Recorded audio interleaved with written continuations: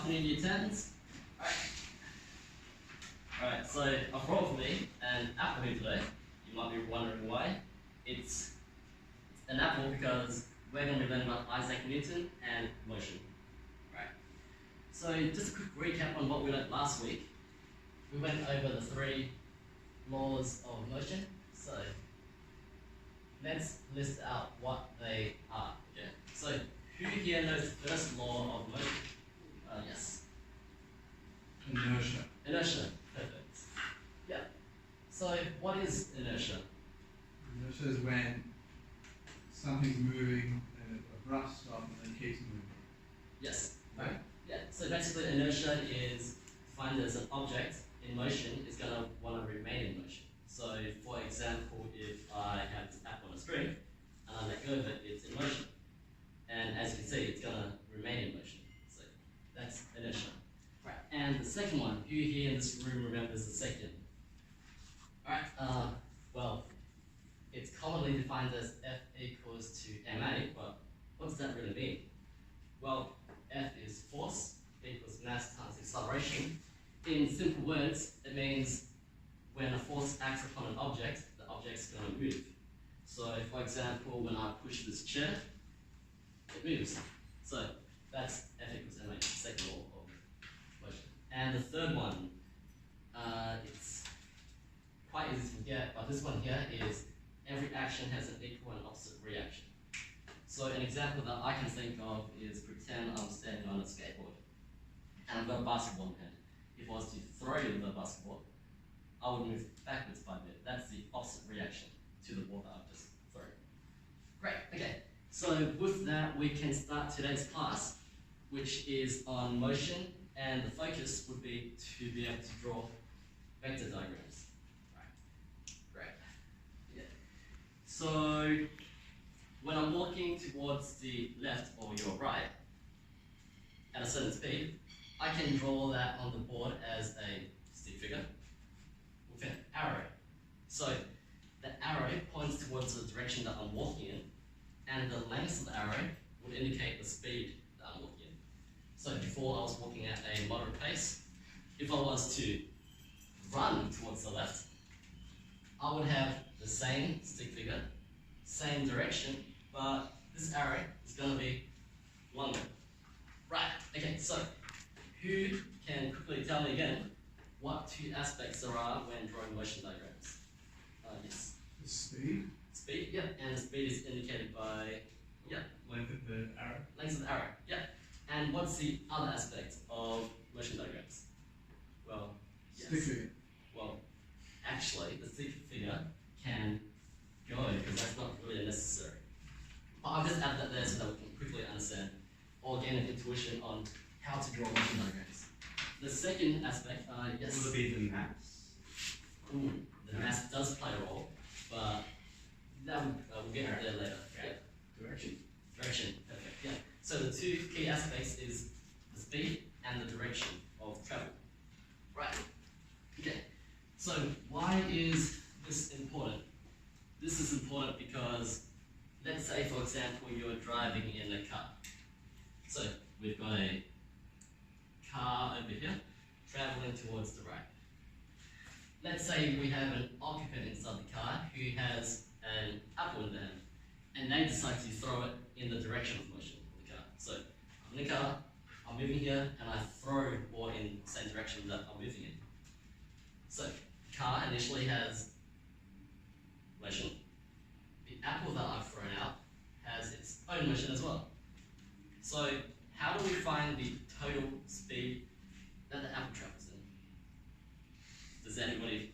Alright, so it sounds hard, but this is why motion diagrams are so important, because all we do is get this arrow and place it to the front of the arrow that we already have. And this is like a visual representation of the speed of the apple, right? You might not have covered this in maths yet, but later on these arrows will be drawn onto plots that look like this, with an x and a y axis. Yeah, but for the time being, you don't have to worry about that, because this is all we need. Okay. Another important important aspect is not just adding motion, but also subtracting motion. So let's say I'm standing inside a moving train. The train's moving towards the left. So let's draw a diagram of that. Okay, so we've got a train. The train itself is moving towards my left or your right. And I'm inside, walking the opposite direction. Okay. Who can spot an error in my diagram? Yes. The motion's inside the train? Well, can you be more precise? Yeah. Yes. It's acting against the train's direction. Well, yes, the direction are in opposite directions. But what I got wrong here was the length of the arrow, because I can't really be moving as fast as the train, can I? No. So, to be more precise, we should make this arrow shorter than I drew. Okay. So if I wanted to find my total speed, then what I do is I trace the arrow of the train and then connect the arrow that I'm moving in. So moving towards the right, subtract it from the left. So your overall speed would be from this point to that point there. So slightly shorter. Right, okay. So if that makes sense to you guys, then I've got a few practice questions that I'd like to go through. Okay. Right, we're gonna make do without the diagrams now. So no more stick figures, no more trains. We're just gonna stick with the arrows. Right.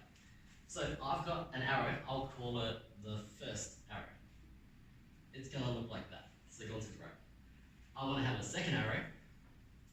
It's gonna go towards the left. And we're gonna have a third arrow.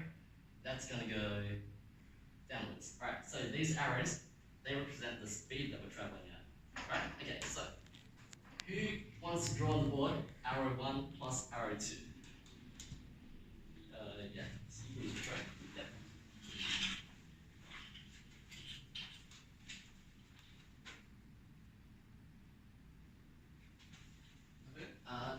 Close. Very close. Yep, so you got the length of arrow 2 correct, but the direction is the wrong way. Yeah, so if we were to fix it, so arrow 1 plus arrow 2 is going to go towards the left hand side. So what you end up getting is an arrow that's about that long. Alright. Yeah. Alright. Who wants to try arrow 1 plus arrow 3? This one's a slightly harder one. Yeah, it's okay. I'll go on the board first.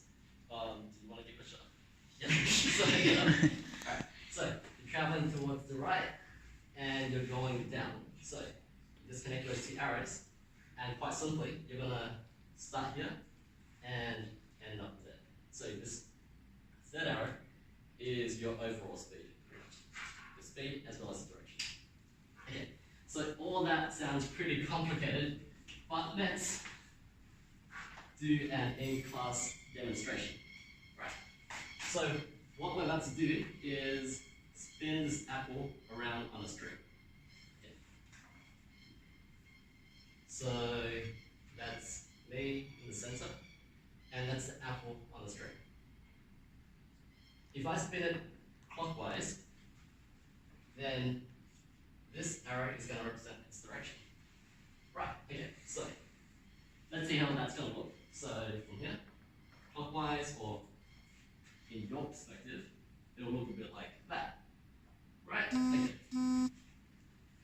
So if we indicated that this is the direction, then if I, let's say the ball is over here and I let go of the string, which direction is the ball going to fly in if I let go at this point here?